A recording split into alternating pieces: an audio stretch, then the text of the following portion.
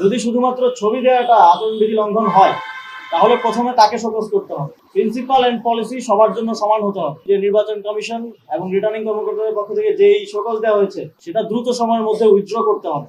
আমরা আজকে নির্বাচনের যে সার্বিক পরিস্থিতি সে বিষয়ে জাতীয় নাগরিক পার্টির পক্ষ থেকে কি কি কনসার্ন আছে এবং একটি সুষ্ঠু এবং নিরপেক্ষ নির্বাচন আয়োজন করার জন্য যে লেভেল প্লেইং ফিল্ড দরকার, সেক্ষেত্রে আমরা কোন কোন জায়গায় অসঙ্গতি দেখতে পেয়েছি সেই বিষয়গুলো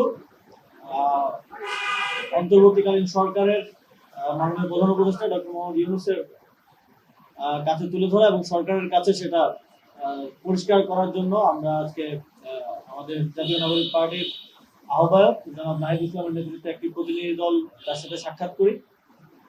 এর মধ্যে আপনারা তো জানেনই আমরা যে বিষয়গুলো বলে আসছি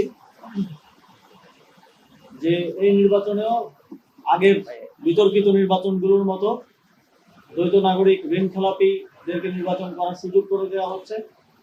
আমরা পুরো নির্বাচন কাঠামোর প্রশাসনিক যে কাঠামো আছে সেটার একেবারে ইসি থেকে মাঠ পর্যায় পর্যন্ত এক ধরনের একপাক্ষিক পক্ষপাতদুষ্ট আচরণ দেখতে পাচ্ছি, যেটি আমরা মনে করি একটি সুষ্ঠু নির্বাচন আয়োজনের ক্ষেত্রে এক ধরনের বাধা। এবং এই নির্বাচন কমিশন এই নির্বাচন কতটা সুষ্ঠুভাবে আয়োজন করতে পারবে সেটা নিয়ে এক ধরনের শঙ্কা তৈরি হয়েছে। এই বিষয়গুলো আজকে আমরা সরকারের কাছে তুলে ধরেছি। আরেকটা বিষয় যেটা আমরা বলতে চাই যে আপনারা দেখেছেন যে গতকালকে নিয়ম বহির্ভূতভাবে জাতীয় নাগরিক পার্টির দুইজন প্রার্থী ঢাকা 11 আসনের এনসিপির প্রার্থী জনাব নাহিদ ইসলাম আমাদের আহ্বায়ক এবং ঢাকা 8 আসনের এনসিপির প্রার্থী নাসিরউদ্দিন পাটোয়ারি দুজনকে শোকজ করা হয়েছে।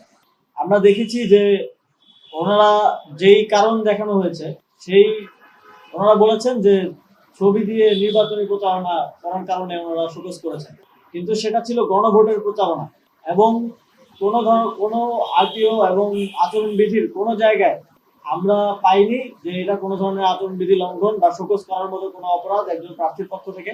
আমরা মনে করি এটা সম্পূর্ণ পক্ষপাতদুষ্টভাবে এবং একটা মিডিয়া ট্রায়াল করার জন্য আমাদের প্রার্থীদেরকে, যেটা এর আগেও আমরা বিভিন্ন সময় দেখেছি করা হয়েছে, এই শোকজটা দেওয়া হয়েছে। পক্ষান্তরে আমরা দেখছি যে সারা দেশে বিভিন্ন রাজনৈতিক দলের প্রার্থীরা তাদের মার্কা দিয়ে, দলের নাম দিয়ে, তাদের নেতাদের ছবি দিয়ে এবং পোস্টার, বিলবোর্ড, ফেস্টুন এগুলো লাগিয়ে প্রচারণা করছেন, যারা স্পষ্টভাবেই আচরণবিধি লঙ্ঘন করছেন। তাদের বিরুদ্ধে এখন পর্যন্ত নির্বাচন কমিশন এবং স্থানীয় যেই রিটার্নিং কর্মকর্তারা আছেন, দায়িত্বশীল যারা আছেন, ম্যাজিস্ট্রেটরা আছেন, তারা কোনো ধরনের ব্যবস্থা নিচ্ছেন না।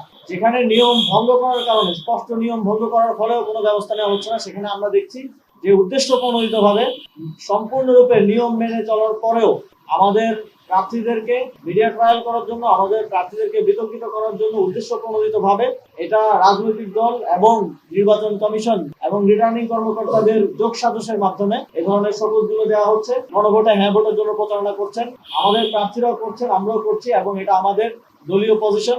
সংস্কার বাস্তবায়নের জন্য গণভোটে হ্যাঁ ভোট দেওয়ার জন্য আমরা জনগণকে আহ্বান জানাচ্ছি।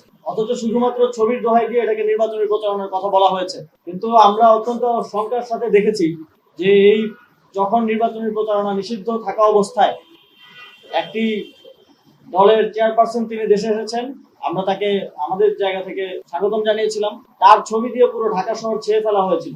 ঢাকা শহরে যেখানেই আমরা গিয়েছি, সারা দেশের যেখানেই আমরা গিয়েছি, তার ছবি আমরা দেখেছি। যদি শুধুমাত্র ছবি দেওয়াটা আচরণবিধি লঙ্ঘন হয় তাহলে প্রথমে তাকে শোকজ করতে হবে। প্রিন্সিপাল এন্ড পলিসি সবার জন্য সমান হতে হবে। পলিসি যদি কোনো নির্দিষ্ট দলের প্রতি বা নির্দিষ্ট প্রার্থীর প্রতি আলাদাভাবে অ্যাপ্লাই করা হয় তাহলে এটা নির্বাচন কমিশন এবং পুরো নির্বাচন ব্যবস্থাকে বিতর্কিত করবে বলে আমরা মনে করি।